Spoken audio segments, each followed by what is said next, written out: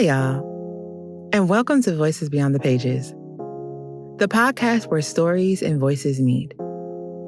I'm your host, Audrey Shaunie, an audiobook narrator who got her start on TikTok, sharing my journey with all its highs, lows, and everything in between.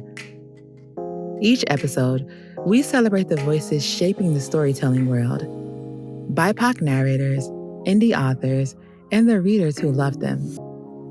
Whether you're here to learn, be inspired, or just feel seen, you're in the right place. Grab a drink and get comfy. You're gonna love it here.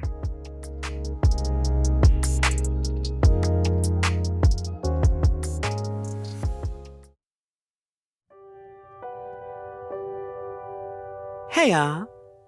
Welcome back to Voices Beyond the Pages. This episode is personal and purposeful. August is Children's Literacy Month here, and we're digging into why literacy, especially for Black children, is more than academic. It's ancestral, it's spiritual, it's revolutionary, and it's something we all have the power to nurture.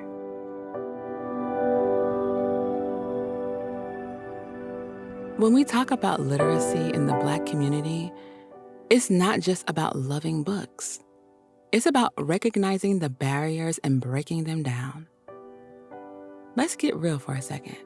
According to the National Assessment of Educational Progress, only 18% of Black fourth graders were reading at or above grade level in 2023. That's not because our kids aren't smart or curious.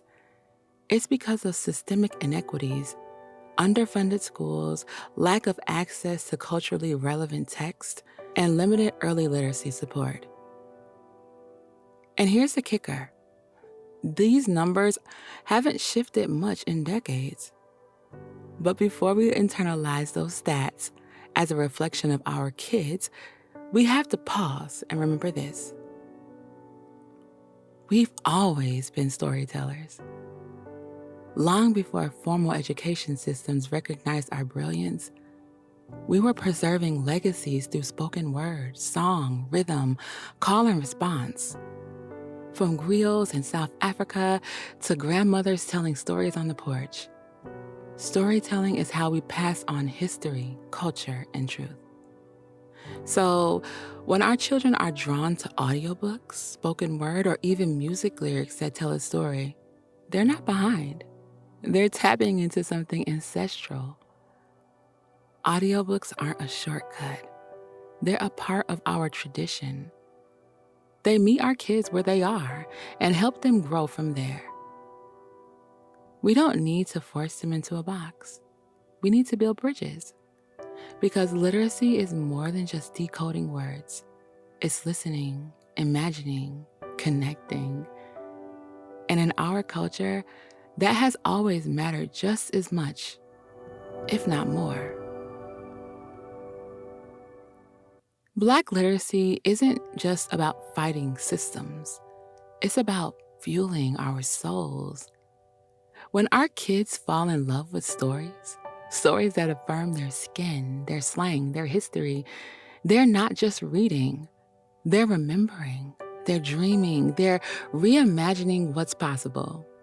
Whether it's Junie B. Jones or Tristan Strong, the act of reading, of choosing your story is radical.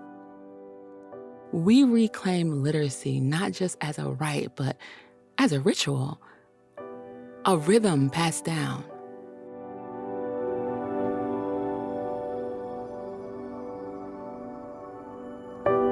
Let's talk about building readers from the ground up.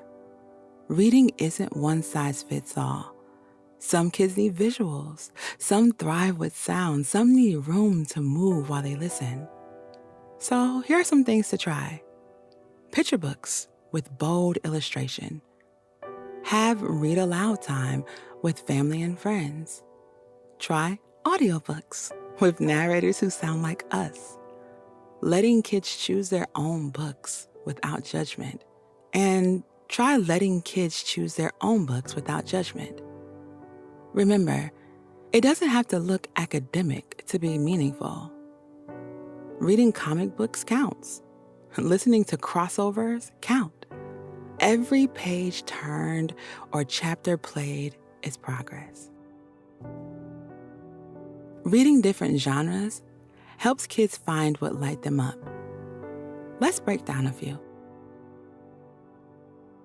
Fantasy, that's magic and myths and Black kids saving the world. Realistic fiction, books that sound and feel like home. Mystery, problem solving and curiosity unleashed.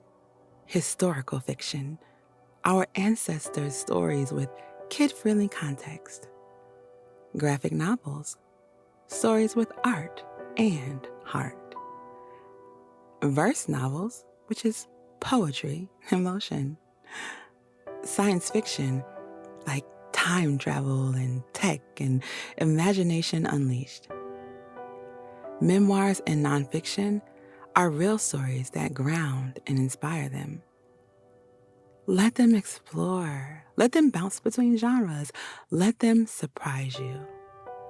Teachers, librarians, and after-school mentors, y'all matter. And when Black children have educators who affirm them, the data shows that they do better across the board. So here's what helps. Diverse classroom libraries, normalizing audiobooks as valid tools, not a crutch. Creating space for open discussions about identity and imagination. Representation in what we assign and how we teach matters. Kids can tell when they're an afterthought. You don't have to be a parent to support a reader. You just have to care.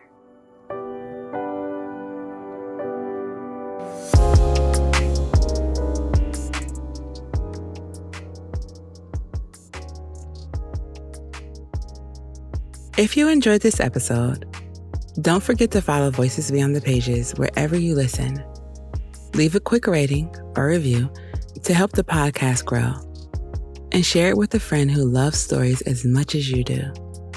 And if you're an author looking to bring your book to life in audio, or a listener who wants to connect, you can find more about my services and upcoming projects at Voices Beyond Media on Instagram, or by emailing me directly.